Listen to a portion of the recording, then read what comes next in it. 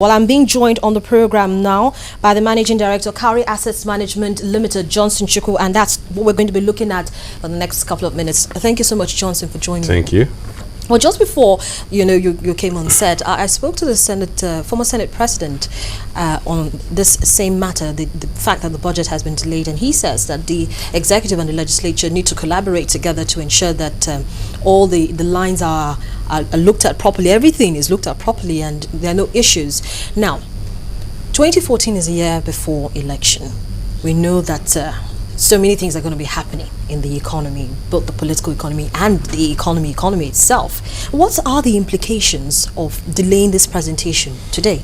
Well, delaying the presentation today means that it might be difficult for the National Assembly to pass the budget before the end of this fiscal year.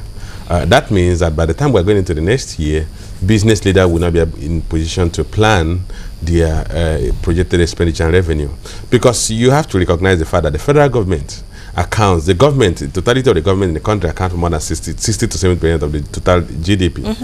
Economic activities actually revolve around the government. So you find that most business operators are either relying on the government for demand for their products or relying on government for supply for contracts. So when the government's economic framework is not defined by the time the society is going to the new year, you find out that most economic managers find it difficult to plan for the new year. Okay, so you're going to see a slowdown in economic activity in the first quarter of the year, and that's the implication. So that means definitely to also affect implementation of the budget, we always had issues with how much of our budgets are actually implemented. Yeah, of course, when the budget is not passed on time, you have to now contend with the fact that, look, by the time the budget is passed, you have less than 12 months to implement it.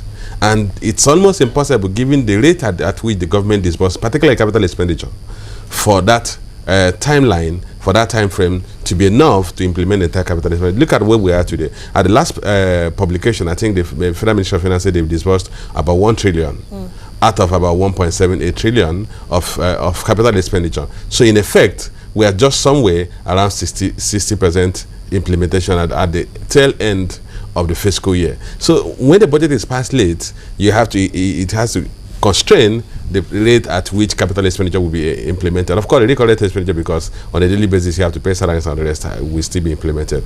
So, and that slows down the rate of economic development, because the capital expenditure is what catalyzes economic development. And like I also said, a lot of private sector operators rely on government either as a major source of demand for their products and services, or as a supplier, as the recipient of their services in form of contracts and all the rest. So when the government is not in a position to declare their economic plan for the year, economic agents find it difficult to plan for the year, and then there's a slowdown in economic activities, and that could also constrain the rate of GDP growth. Which is what everybody will probably catch a cold on, because it's a very important aspect of the economy. Now let's look at some aspects of the budget. We noticed that the recurrent spending is supposed to go up about 73.8% of the budget, as against 64.2% in last year's budget. Is this a good trend?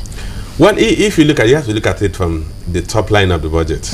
You see, the major constraint we have based on the medium-term expenditure framework that was submitted by the President to the National Assembly is that you're going to have a major decrease in oil production.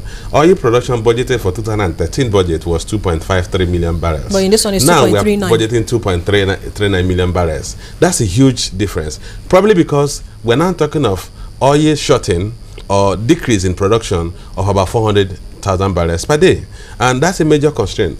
And another factor you have to look at is that the oil benchmark that is used in the medium-term expenditure framework, instead of $79 per barrel that was used for 2013 budget, that was approved by the National Assembly, what the Federal Ministry of Finance has used in the medium-term expenditure framework is $74 per barrel. Of course, that recognizes the fact that, look, though the US and the Japanese economies are growing, the quantitative easing that seems to be propelling the economic activity globally is likely going to be stepped down by the US government. If you look at the last figure, GDP growth of the US, you had about 2.8% growth, annualized growth, as at the end of October. And then you also have recognize that the US economy added 204,000 jobs, about more than twice what was projected in October. So it is likely the quantitative easing is going to they're going to step in, and they're going to begin to unwind the quantitative easing, and that could affect demand for commodities, because not just commodities, will also affect the inflow of foreign portfolio to emerging markets, including frontier markets like Nigeria. So you're going to see the demand for, or the price of oil might come under some serious. So what's a realistic benchmark for the oil that we should be pursuing? Okay, the federal government came up with, Ministry of Finance came up with saying $4 per barrel. The committee of the National Assembly has come up with about $76.5 dollars per barrel. My position will be that we need to be conservative. In the first place, when we are conservative in using in the oil benchmark, we're not losing revenue. What we're just doing is monetizing oil revenue, and that could put a lot of pressure, inflation pressure on the economy. And above all, the more conservative we are in the benchmark, the more likely we will have surplus to transfer to the excess crude and possibly to the sovereign wealth fund. And the beauty of it is that the sovereign wealth fund has a framework for deploying that economic resources in the economy. It is not as if the sovereign wealth fund, anything that goes there is sterilized. You know you have the infrastructure fund, which is largely invested in the local economy.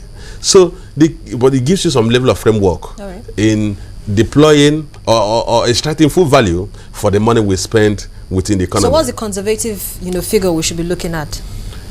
Well, I will rather I tend to support the Federal Ministry of Finance position.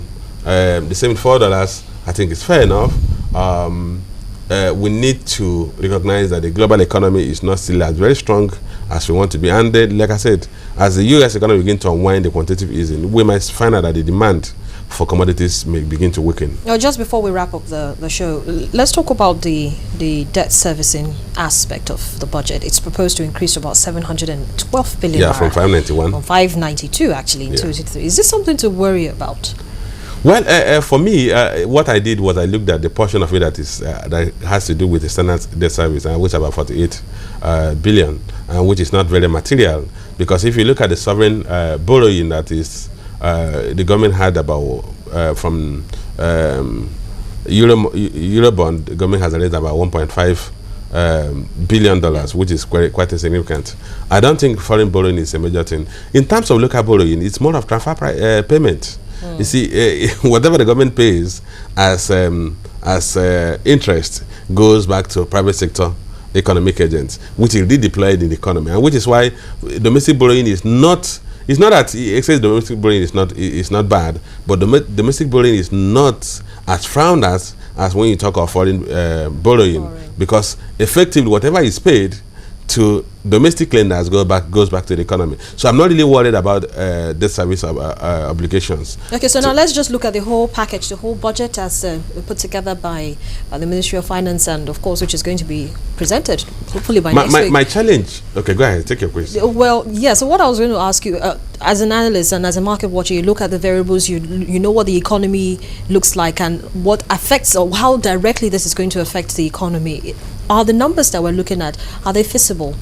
You see, in terms of being feasible, the 498 billion as total expenditure, I think is feasible. The challenge I actually have is this: in terms of the share of the capital expenditure in that budget, it seems that the drop in total government revenue is going to be suffered only by the capital expenditure portion of it. If you look at the budget estimates, the provision for the current expenditure in 2013 was 2.38 billion, trillion. The provision for 2014 is 2.37 trillion, just a marginal drop from what it was in 2013. So the implication is that the effort to reduce the current expenditure, overall the current expenditure, seem to have been stepped down, seem to have slowed down. And that's very critical, because what we're saying is that we're consuming a larger portion of what we should be investing in infrastructure. And if we do not reverse that, the rate of economic development of the country will be very slow.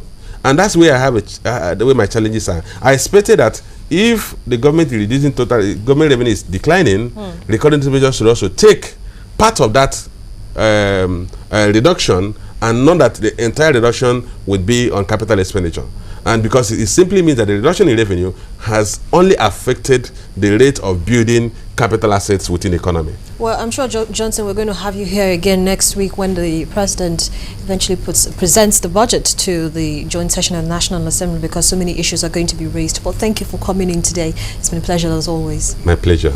Well, I've been speaking with the Managing Director and Chief Executive Officer of Carry Assets Management Limited, Johnson Chukwu, and we've been looking at Nigeria's budget matter, and of course we know that the presentation of the budget, the 2014 budget, to the joint session of the National Assembly has been postponed owing to some reasons that the Senate Chairman Senate Committee Chairman on Media and Information actually gave. One of the reasons is that the plan has to be has not yet approved, the National Assembly has not yet approved the spending plan on which the budget will be passed, and that some lawmakers are away at the moment. But I'm sure all of that will be resolved by next week. But that's the program for today. Thank you so much for being a part of it. I'm Harriet Agbini.